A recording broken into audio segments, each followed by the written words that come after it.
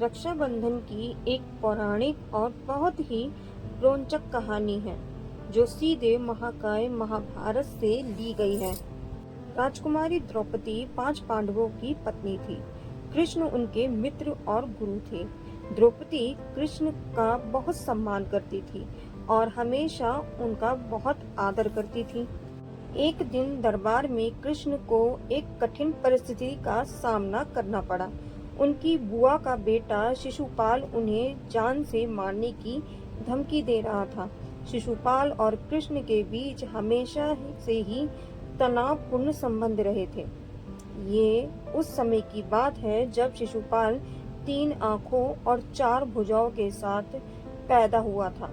जब उसके माता पिता ने आकाशवाणी की तो एक आवाज ने उन्हें बताया, जिसकी गोद में शिशुपाल की अतिरिक्त भुजाएं और आंख गायब हो जाएगी, वही उसका हत्यारा होगा।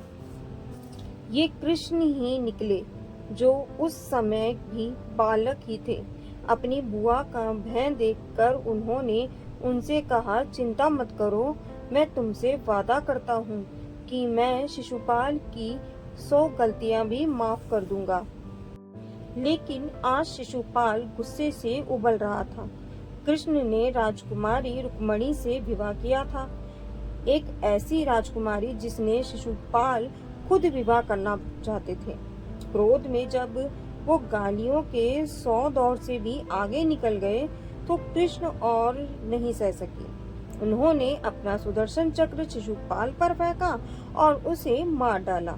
हालांकि ऐसा करते समय कृष्ण की उंगली भी घायल हो गई थी। द्रौपदी ये सब देख रही थी। कृष्ण का रक्त देखकर वो ना थक सकी और उसने झट से ही अपनी साड़ी का एक टुकड़ा फाड़कर कृष्ण की उंगली पर पट्टी बांधी और रक्त का प्रवाह रोक दिया। कृष्ण उसके इस भाव से अत्यंत प्रभावित हुए।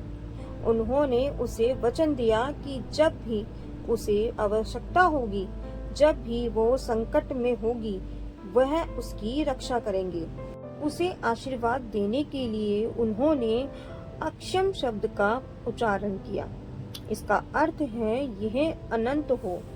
वर्षों बाद पांडवों को अपने भाइयों कौरवों के साथ एक बड़ी हार और अपमान का सामना करना पड़ा। वे पासों के खेल में हार गए थे और नियम के अनुसार अपना सब कुछ गवा बैठे थे, यहाँ तक कि अपना राज्य भी। द्रौपदी को दरबार में बुलाया गया और दुष्ट दुशासन ने उसका चीरहरण करने की कोशिश की, लेकिन लाख कोशिशों के बावजूद वो ऐसा नहीं कर सका। उसकी साड़ी का अंत ही नहीं हुआ और द्रौपदी का सम्मान अक्षुण्ण रह गया। वह दरबार में शर्मिंदगी से बच गई। अपने वचन के अनुसार कृष्ण ने द्रौपदी की रक्षा की और उसे अनंत वरदान दिए। द्रौपदी ने बहुत पहले कृष्ण की उंगली पर जो वस्त्र बांधा था, उसकी रक्षक उसकी राखी बन गई।